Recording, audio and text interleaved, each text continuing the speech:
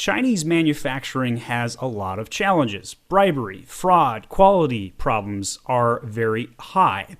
So today we talk to the founder of Movley, who is going to shed a little bit of light on this. This is actually one of probably the most transparent interviews we've ever conducted, with direct, boots on the ground descriptions of what goes wrong when manufacturing out of China. So I think you'll find it intriguing.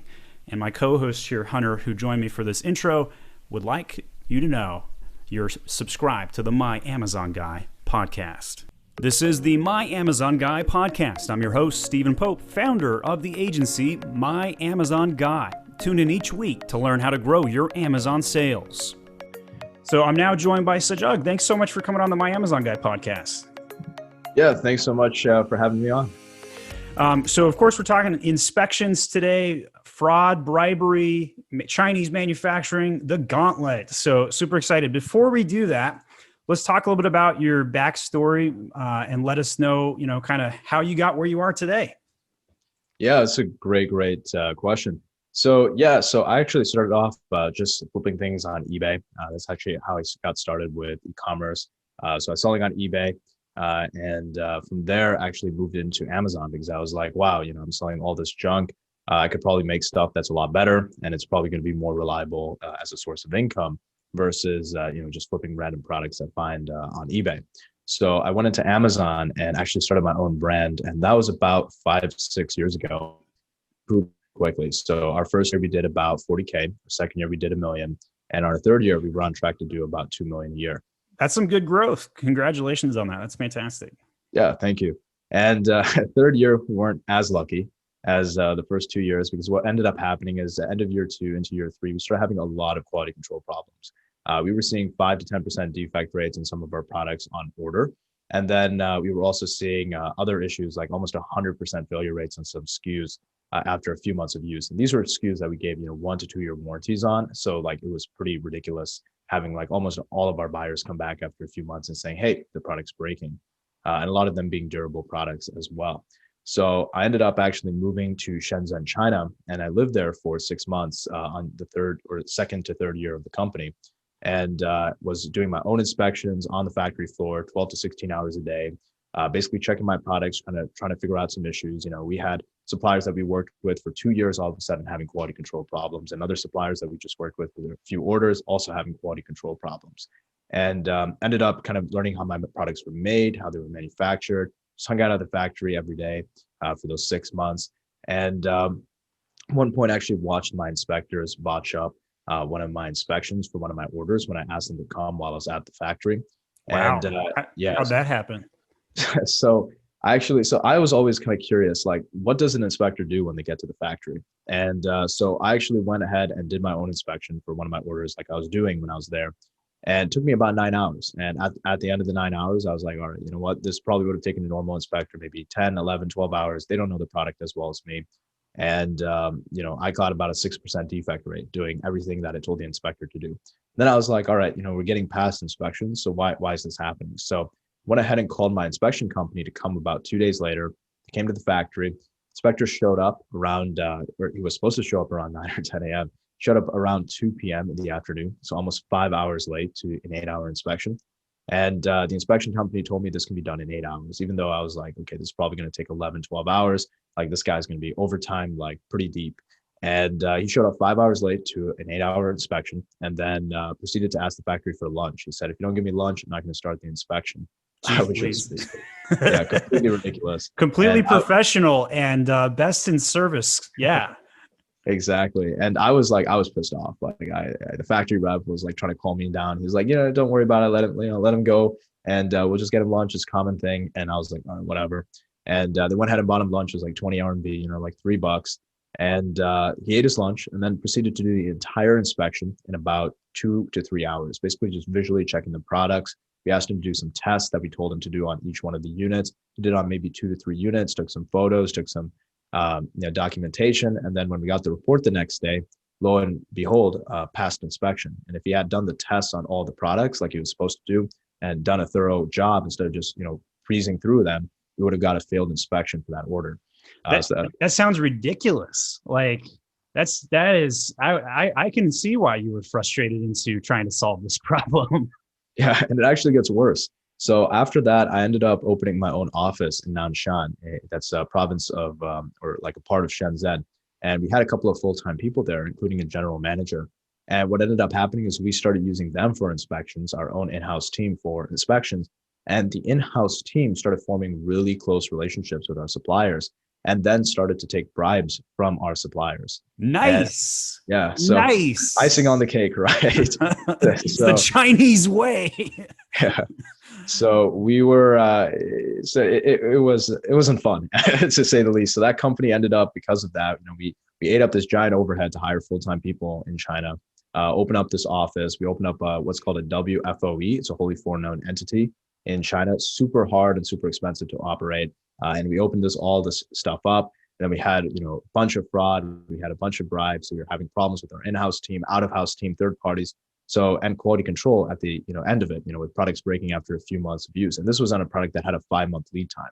So it was only sustainable for so long. So what ended up happening is we had to actually shut down the whole brand on year 3, just because of all the quality control problems. And that's when I got into Movley and what we do right now, where I started consulting with a lot of different brands and manufacturing in China, things like that, kind of trying to share my experience. And what ended up happening is no matter how good we could be as consultants, at the end of the day, we were still dependent on all the service providers and all the people operating in the supply chain, which we had no control, no visibility, no transparency on.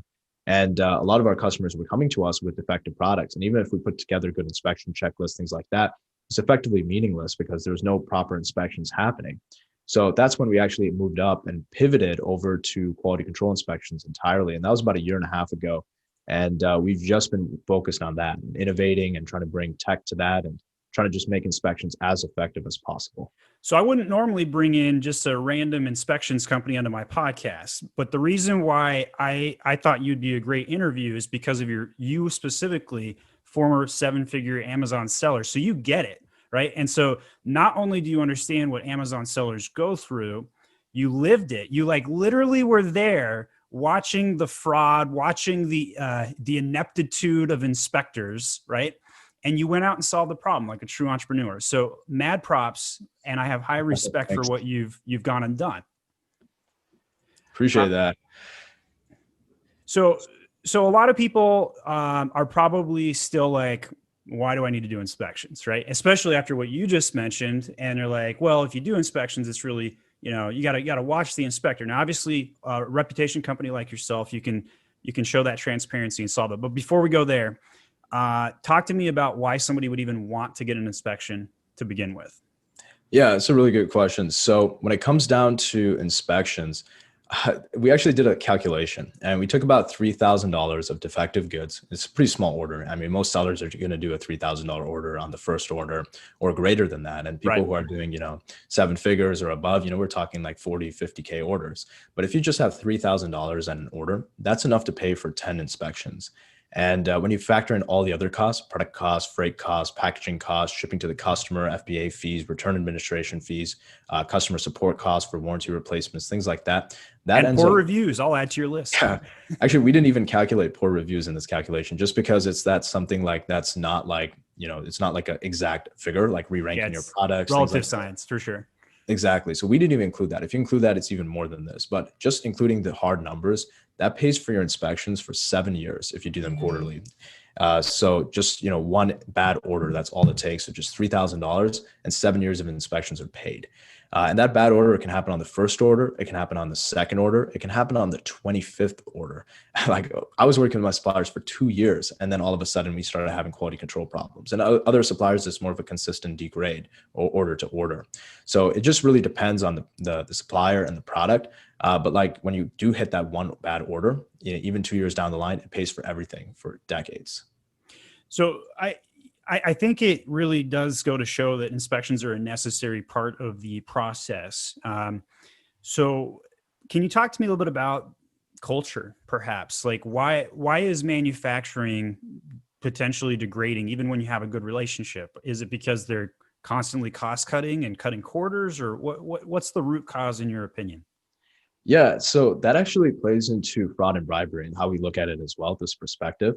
But in the case of like suppliers to, relationships with you, a lot of times it falls into two buckets of categories. First of all, as you were saying, you don't bring on a lot of inspection companies because they don't really get how selling on Amazon is. And that's the same thing with your suppliers. Even if they sell on Amazon themselves or they don't get what it is like to run your brand, to deal with the customers and deal with the problems and see those negative reviews hitting your sales, things like that. So when they don't have that holistic perspective, it's just a simple game. And it's like two little games going on. If you're a big fan of game theory. So there's like one game going on with. I love game theory, by the way. So let's talk game theory. So you mentioned zero sum potential game theory as well. By the way, I played World of Warcraft, right? Like I'm a total nerd. So please continue. Got you. Awesome. Yeah. So, the supplier has a incentive to essentially produce the cheapest product that you're going to buy. And so, they choose quality 6, which is the highest quality, then, their profit might be 1. But if they choose quality 1, their profit might be 5. So they have an incentive to maximize their profit by simply, selling the cheapest product that you'll buy. And as long as you keep buying the products and buying the orders, and they don't understand the holistic perspective of what happens, what goes wrong, then they're just going to keep going down and down and down that number until they hit that threshold where you're like, hey, this is too bad. Then they'll fix it. And then they'll say, okay, hey, you won't accept order number 1 quality, but we'll fix it up. We'll get it to number 2 and we'll sell you that from now on. So it's just a constant degrade. And then on your end, your incentive is to produce the highest quality product because you're a brand and your profits are maximized when you have a higher quality product. So it's kind of two opposing forces at the same time. Definitely some friction. Exactly. And they don't have a holistic idea. They've not been in your seat running your business. They have no idea what it's like to deal with those kind of problems and deal with those issues. And that's kind of the reason that, suppliers generally don't care about the quality. It's the same thing. So we actually when the COVID pandemic hit, we actually had a supplier that produced KN95 masks. And we were asked by a hospital group to inspect about 20,000 KN95 masks. This was from a class 2 medical grade FDA cleared facility. So this was a facility that was cleared for medical grade KN95. So you would have high expectations going in, but I suspect they didn't meet that. Yeah. So we actually did an inspection and about 7% of the product, 7 to 10%, I don't remember the exact number, had holes in the masks. And that's a crazy high amount. Oh exactly, my gosh. Exactly. And the suppliers, we told them, hey, this is going to a hospital group. And suppliers did not really understand, okay, hey, this is a hospital group that's going to send us with COVID positive patients. So they just didn't care about the quality. They're like, if you don't buy this, someone else is going to buy this. So, it's kind of the same thing there. Like they have an incentive to produce the lowest quality product as long as it sells. And that's what it comes down to. They can meet their production capacity. They can continue selling products and they don't have to deal with higher quality. They can maximize their profit. Then they'll go with another customer. That's really sad to think about, right? There's lives on the line here, potentially thousands of lives, impacted by some really terrible decision making. Yeah. The short-sightedness, which you have impacted incredibly well on our podcast so far. Why can't the suppliers realize that if they had a higher quality product that they'd get repeat business? Is it because if person A doesn't buy it, person B will buy it, like you had mentioned, or do they not respect that relationship, I guess? Yeah, so I definitely think there's a respect for the relationship, but it also comes down to volume. So a lot of, FBA sellers, you might be doing a few thousand, units a month, which is a ton of revenue. You might be doing, 7 figures of revenue, 80K a month on one product. That's a ton of revenue. But for the supplier that produces this for 400,000 units a month, your 5,000 units is like a little ball in the park. It's a piece of grass in the park. So they value the relationship. They want to grow, but at the same time, if you don't set expectations clearly up front, you don't give them a perspective. Like I feel like a lot of sellers also approach manufacturers from a perspective of like it's transactional. So they're just like, hey, we have this product, build this product, things like that. They don't look at it like a partnership. Like I've talked to a lot of people, and some of the best people that have, the highest quality products, they have really strong relationships with the factories. And relationship doesn't mean, don't do inspections because that's your security. But at the same time, relationship means like, hey, I'm sending family photos back and forth and we have like a good relation. We're talking about holidays, we're talking about Thanksgiving, things like that. And once you have a very strong relationship and you treat your suppliers like partners, that makes a huge difference if you don't make it transactional. It seems to me like the suppliers would respect what you inspect. Is that a fair statement? Yeah, exactly. I mean, it's the game, right? So if they know you don't know how to play the game, and the game, every major manufacturer, every major company does inspections on every order. It's actually built into like standardized industry processes. So like if you're not doing inspections, you're not doing audits, and you don't know the game, and you come across to a factory like you don't know the game, then they're going to be like, okay, this guy doesn't, know the game on sales either. So how, what's my guarantee this guy's going to sell? So, I'm going to play my side of the game, and, this guy is going to play his side of the game, and, you'll end up with a lower quality product at the end of it if you're not playing your game right. So inspections in China, do you guys do inspections outside of China? So we're looking into doing that right now, like India, Vietnam, but right now it's just China specifically. Got it. All right. So I see manufacturing pop up in other locations. Do you have any knowledge or insight into like what's going on in Vietnam and India that you could shed light on just briefly? Yeah, definitely. So not too much information because we're not on the ground yet. But like in India, we're seeing a lot of people move over to India, especially for handmade items, for like apparel products, things like that. A lot of like smaller end products or more customized products. We're seeing a lot of manufacturing moving over to India, and that's been really, really coming on fire. Vietnam, Taiwan, a lot of these other countries, what we've seen is that Chinese factories are actually building supplemental plants in those countries. So you might find it. Exactly, to get like a little bit of insurance, against the trade war, things like that. So there are a lot of times like we've contacted Chinese factories. I have, from my time running my business, I have a ton of Chinese factories contacting me out all the time. And I've seen a lot of updates where essentially Chinese factories have started building, new plants in Taiwan, and they'll actually tell you as a client, hey, you can have these products produced in Taiwan, and this is your price, and this is the plant they'll be produced in, or you can have them produced in our China facility. And you actually have a choice between like which one you want to go with. Interesting. That is actually pretty compelling. That's smart on their side. Yeah, definitely. All right. So I got a couple of questions to help me understand. So this is kind of like an economic outlook question. So because you see like the orders before, like you can see the future, right? Like 6 to 12 months in advance, like, what items are being produced, what's in high demand.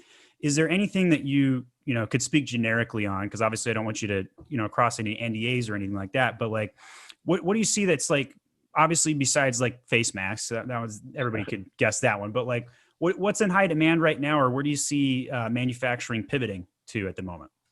Yeah, so I don't think we actually we don't have like data analytics for those kind of trends right now. Sure. So it's hard to kind of gauge that. But in a general sense, we have been seeing, people like work from home products like increase in volumes spectacularly. And obviously, face masks, things like that, COVID pandemic year. But what we've also seen is that some brands are actually starting into manufacturing things post-COVID, because now we have like a vaccine timeline. We just had Fosse say, hey, we're going to have full, NFL stadiums by September. So, we see a lot of companies now focusing on like the trends. Exactly. Because like travel, for example, anything post-COVID, like after, 1 year, 1.5 years of no traveling, you're never going to look at traveling the same. It's always going to be like a much higher value to you for the next 40 years. And for the next few years alone, that travel is going to be worth a good takeaway. I wouldn't have thought about it that way, right? Yeah. Like the value that we're going to place on travel is going to be higher. That's a really good takeaway. Exactly. And when the value on travel is higher, the sales for travel are going to be inflated significantly over the next few months or next few years. It's not going to be like a 1 year trend like COVID. It's going to be like a 2, 3, 4, 5 year trend. Might balance out after like 5, 6, 7 years, but it's going to be a long time, because like just for me, for example, I'm never going to value travel the same now. I'm always going to give it like a huge value. Like after COVID ends, I'm going to be traveling nonstop for a year at least, just because, I need to get it all out of my system. So, there's a few of us that could probably relate to that. Yeah. Everybody talked about the toilet paper shortage, but nobody really talked about the webcam work from home shortage, right? So like, have you seen some of these goods stabilize yet, like the work from home products, or do you still think it's an overdrive still? So I think a lot of the production has stabilized more so. And, we are seeing more stabilized orders, things like that. The lead times have gotten a little bit better and more predictable. But for the most part, I think it has stabilized quite a bit, and especially with the vaccine coming out, it's going to stabilize a lot more. But it's really hard to tell because we just don't have all the data from, the customer side and also from the manufacturing side. We don't collect all the data from, start to finish. Got it. Okay, well that makes sense. All right, so pivoting away from the economic standpoint, but by the way, I thought that was really insightful, really incredibly insightful, because people who are always looking for like that next product, right? You have people who are trying to follow trends, and they look at Alibaba and they go to the conferences.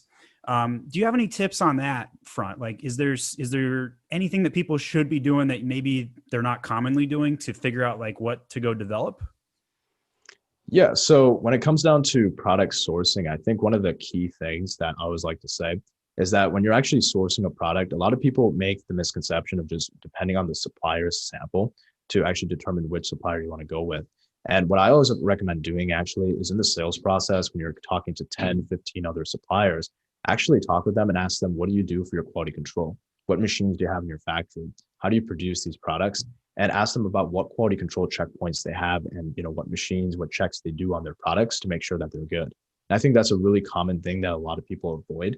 And there's actually a huge advantage to doing that in the sales process because everybody's trying to sell you. They're all trying to get you to work with their Right. factory. And you can aggregate data from like 10 different suppliers and say, hey, this supplier does these checks, this supplier does these checks, all these suppliers do these checks. And then you can aggregate all that information and whichever supplier you work with, then you have like a whole checklist, specifications, everything. You know your product and how it's produced, how it's tested, and you have that intel that you can then use for your inspections. You can use it for customer reviews, for gauging the problems, and really building a really high-end, high-quality product. Whether it's a paper cup or all the way down to electronics. Let's go nitty gritty on product inspections. Then I want to talk entrepreneurship. So nitty gritty first on give me like one or two tips that somebody could take away today and start implementing into their inspections process. Yeah, that's a great question. So the first one I would say is product tests. So most people, when they work with inspection companies, and most inspection companies do this, where they just ask you for some really basic information, and then they go to your factory and basically do what's called a workmanship inspection, which is the same thing as a visual inspection. So they're just checking your products, and they're like, "Wow, your products look good. If you have a lamp, um, all your lamps can be defective, but they look good, so you have a past inspection." So it's kind of ridiculous. And a lot of people think, okay, hey, I don't have electronics product, I don't have something super complex, but it applies also to the most basic products. Like you have a paper cup, you want to fill it with water because every product has a function. I want to make sure my product is not leaking. If you have a shelf, you want to make sure the shelf has a weight limit. All the way down from the really simple products, all the way down to the complex products. Every product has a test or something like that that you can do to make sure the product is tested properly. So understanding what those tests are, like kind of what I mentioned, talking with the sales agents, really understanding that process and then building that into the inspection specification is really key because most of the times a visual inspection, unless you're just looking for visual things, it's just a visually, it's like a product you just leave on the shelf and it's completely visual, then it might be a little bit different. But for every other product, there is tests, there are checks that you want to do, and you want to do them on the entire sample size that you're testing for inspections, because that is what is going to make sure that your inspection, gets relatively correct results. That pass is not going to come back if the product is actually bad quality, if you have proper instructions. I think that's a great tip. One time I did not do an inspection and they put a misspelled word on one of my wine glasses. So and printed 1,000 of them. So yeah, I think inspections could pay for themselves, and you got to know what you look for. So beyond just the visual element, actually physically product testing it. So if you got a paper cup, fill up that water. That makes sense. So thank you for that observation. So let's talk one more tip though. What's another tip somebody could use inspection wise? What should they be doing besides product testing? Yeah, I think the second biggest tip I would say when it comes to inspections is actually iterating. So a lot of people have this misconception that inspections are just a one-off thing. So like, okay, hey, I get the specification, I put together a checklist, and then I, do an inspection, and that's it. And then next order, I do another inspection, whatever, and it's the same spec. And what I always like to do, and this is like maybe a little bit tricky to implement, it's not hard, it just might seem a little hard. But essentially, all you have to do is talk with your customer support team and have like a spreadsheet for every product. So anytime you have a defect or return, you can log those concerns on that product. Like, hey, these are how many inquiries we had of this concern, of this concern, of this concern. Like, hey, my product broke after 2 months. Hey, my product is defective on arrival, things like that. So you can understand what are the problems your customers are facing, and then use that to iterate and change your inspection guidelines every inspection. So if you start seeing a lot of problems in a certain area, ramp that up on your testing and maybe find a new test to test for that. So if your shelf is breaking really quickly, have a maybe a higher weight test or put in a weight test to make sure that, hey, my shelf is still going to survive whatever weight is required, or even a little bit more than that, because it should be built over the spec. So things like that are super, super important to actually be able to gauge, okay, hey, is my product improving or is my product, having problems? So as you get feedback from the customers, good feedback, bad feedback, recycle that in, have a little bit of a feedback loop, and take that back to your supply chain to make sure you're properly inspecting your products and improving that every inspection. Great. So I think those are very actionable insights. So you mentioned you live in China, and clearly you went from Amazon seller to running a large inspection company. And there's a drive that I can just in the voice of the words that you're using, you're like, man, I just want to make things better for other people, right? Like that's a true entrepreneur. You solve a problem and you make money on it. Love it. What drives you to do that? That's a great question. So I guess, so when I was starting my brand, right, and I was going through the whole process, it was a complete pain. I was not able to sleep at night. I was working till 2, 3, 4 a.m. in the night. I had to move to China, kind of drop everything and live there for 6 months and then still get screwed over several times. That is a brutal process, and you paid your tax, sir. Exactly. And, I was just sick of it. And I was like, this is just complete nonsense. We have a lot of technology. We can improve this entire process. And it's really not that difficult. It's just that these other companies are just not iterating. They're not changing. They're not moving.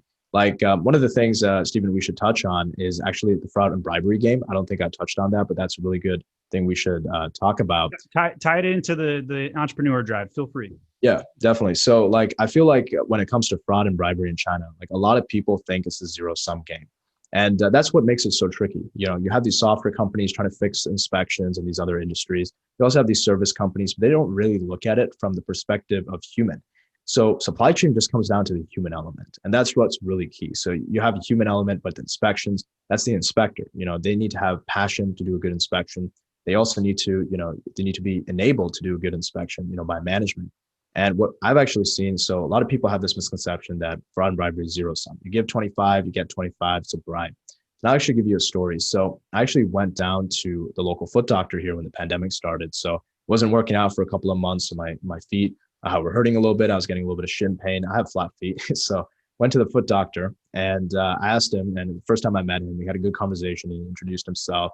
I just talked a little bit about myself. He had a good conversation. At the end of the conversation, he was like, I really like you. You're a cool guy. And I was like, yeah, same. And then he was like, all right, what you need is you need some orthotics. He went to the back, got a $50 pair of orthotics and gave it to me. He's like, okay, try these on. And I was like, okay, cool. Tried them on. I walked around. He's like, okay, cool. It fits. And I was like, oh, awesome. Like, how much are these? Like, I'll get these checked out. He's like, yeah, don't worry about it. I'm going to give it to you for free. And I was like, oh, okay, awesome. Well, thank you. And then 2 minutes later, he walks in with a nurse and he's like, okay, Sajag, I'm going to need you to follow this nurse out because she's going to take you out the back entrance because they don't like me giving away shit for free. And just tuck that by your side. And I was like, oh, like just orthotics, like I'll pay for them. It's not a big deal. He's like, no. I insist. You're not going to walk out of here without orthotics. You're a young guy. What's an extra $50 to this $1 billion hospital group? And that's the way he looked at it. And that's the same thing that happens when you go like an inspector and you're in China. So inspector goes to the factory, they talk with the factory rep. Factory rep is super nice. They buy them lunch, they treat them super nicely, help them throughout the inspection. Then at the end of the inspection, they're like, hey, inspector, I know this inspection is going to fail by 5%, but if it fails, I'm going to lose my job. And the inspector might think, okay, hey, what's an extra 5% of defects for this $1 billion company that's hiring me from America or whatever, Americans, UK, whatever country you say, the first thing that comes into their minds is like, oh, you're rich. Kind of thing, right? So it's like, oh, what's the impact to them? They're gonna lose a few extra dollars, but this guy here locally, he's gonna lose their job. So I'd rather just pass this inspection or just lower the defect so it's almost a pass. That way, this guy does not lose his job, and that's when they take a bribe. They're almost like honest thieves. Like that's kind of the term. Interesting, honest thieves. Well, I've been writing down like what I think the biggest takeaways of our pod is, and I wrote down the supply chain comes down to the human element, which you just impacted, and it's like honest thieves. Interesting. Yeah. So what, like, for example, like what I try to do is with all the inspector trainings and things like that, what we try to do is we actually add in on the inspector trainings that, hey, the sellers you're working with, they might be making hundreds of millions in sales every year, but we also work with a ton of sellers that are just individuals and you're not going to know which is which. And if it is an individual, like these are people who have borrowed money from their friends, their family, their parents, sold their car, sold their house to fund this business. And when you pass an order, even by 1 to 2% defect rate, that's enough for sometimes the entire order to be unsellable or for the order to be rejected. And you're not impacting $1 billion company, which is losing a few dollars. You're impacting an individual who depends on this for their bread and butter. And it's like an individual just like yourself. So we've seen that like dramatically increase the passion and the pride that our inspectors take in their work. Then we also enable them on a management standpoint by making sure they have enough time to do that inspection. So they never are in a situation where they have 8 hours to do a 12-hour inspection. Because if the management doesn't care about the inspection, then why should the inspector care? So it's kind of the same thing. So my whole takeaway with that is that it's a very human element thing, and a lot of people miss that. And that's where I kind of saw also like for me as an individual, right? Like I'm an entrepreneur. I've always been an entrepreneur. And, I always want to build things. I want to grow things. And I saw a huge opportunity to make a huge impact on an industry that really needs it, which is like small businesses, mid-sized companies, Amazon sellers doing everything from $0 of sales, just starting up all the way to hundreds of millions of dollars. There's like a huge target there. And it's not just Amazon sellers, it's Shopify, it's all these people. And, similar to them, everybody has dreams, right? Everybody's trying to build their brand. They're trying to get everything going. And frankly, this is the most difficult part in that entire process outside of the product selection and building the brand. Like this is, the whole thing that's running your entire business. And it's literally something you can't even depend on to sleep a full night of sleep on. So that's what concerned me so much. And I was like, all right, hey, so I understand the impacts these can have. I understand, what can happen here. I'm not going to be the smartest person in the room, but I at least have the right perspective. I feel that I can fix a lot of these issues. So I kind of felt like it's almost like my duty. So as I can get into another project, I can, work on another business, but like, just for me, like just the amount of impact that I can make with this business is so like motivating. That's actually what pushes me to just continually improve and iterate on Movley. I think it's a great marriage when the entrepreneurship can be in the right space at the same time, right? Like well said on the articulation there, just being able to go in there and really make a difference. I think it's empowering. A lot of times people are like, oh, I just sell wine glasses, I'm not curing babies. But at the end of the day, like the service, how many jobs are impacted by this? How many people are employed? And kind of like what you've been repeatedly impacting on our pod today is the human element is not, there are so many people involved on getting something from position A to position B, clear across the globe, whether it's from China to the US or anywhere in between. So I it makes a lot of sense to me. Yeah. And actually one thing I would like to add, which is really interesting, is that a lot of our staff actually found us and worked with us to build up Movley after being fired or shutting down their own companies. Like we spoke to a copywriter that we're looking to hire. He ran through the same situation that I did. Maybe not like as intense, but his business shut down. Our previous hard to find a good copywriter. Exactly, it's definitely hard. We've been searching, and we like marketing, for example. We hired somebody in sales a year back or so. He actually found us also because he was fired from a previous startup that he worked with because the startup had to shut down because of bad quality products and manufacturing issues. So a lot of our staff actually came from backgrounds that were impacted by things like that. Bad, quality. Good for you guys. Good for you guys. All right, so as we wrap up the pod, I want to make sure we plug your service here. So if somebody wants to hire, is it pronounced Movley? Yeah, Movley. Yeah. So if somebody wants to make a purchase for an inspection from you guys, where can they go? And go ahead and spell it out. Yeah, definitely. So you can just find us at movley.com. That's MOVLEY.com. And we have some pretty awesome resources there. We're working on building that up. And you can also, whenever you're ready to book an inspection, just hit the get started form, fill out your info. And what we usually do is we jump on an intro call, which is like 15 minutes long, just answer your questions, kind of get you all situated.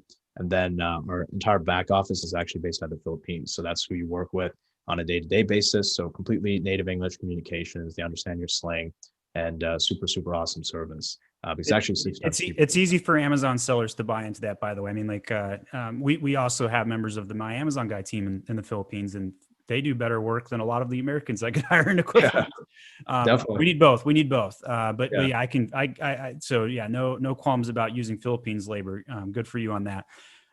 So keep going. So if somebody wants to hire you guys, they'll do an intro call. Anything else they need to know about if they wanted to hire you? Yeah, no, I think that's really it. Just reach out to us, contact us. You can find our pricing on the Why Movley page. And yeah, we break down everything. We're very transparent. That's the name of the game. We want to give you control of your supply chain. So we're trying to be as transparent as possible throughout the entire process. I mean, clearly with a founder such as yourself who told the stories that you did today, like you didn't pull any punches. I mean, you're like, man, there's freaking bribery, there's fraud, there's this crazy crap that goes on. Like there's cultural barriers. Like, so I think your model, as you've described it, is easy to buy into. I mean, that authenticity and the transparency goes a long way. And it's also not only is it on brand comparable to my Amazon guy, it's also just a great brand to have in a very sometimes untransparent world over there. So good for you guys. Thank you. Yeah, I always like to say, it's we work so you can sleep at night. That's the goal, and that's where we're trying to get to.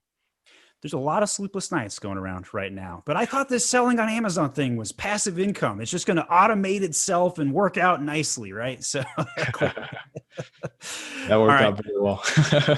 Well, thank you so much for coming on the My Amazon Guy podcast. We really appreciate it. Again, that's movley.com if you want to check them out to get your next inspection. That's the My Amazon Guy podcast. Don't forget to hit that subscribe button. This was the My Amazon Guy podcast with Stephen Pope. Each episode helps you grow your sales on Amazon through ideas on traffic and conversion rate improvements. Hit that subscribe button right now to tune in each week. And if you need more help, go to myamazonguy.com.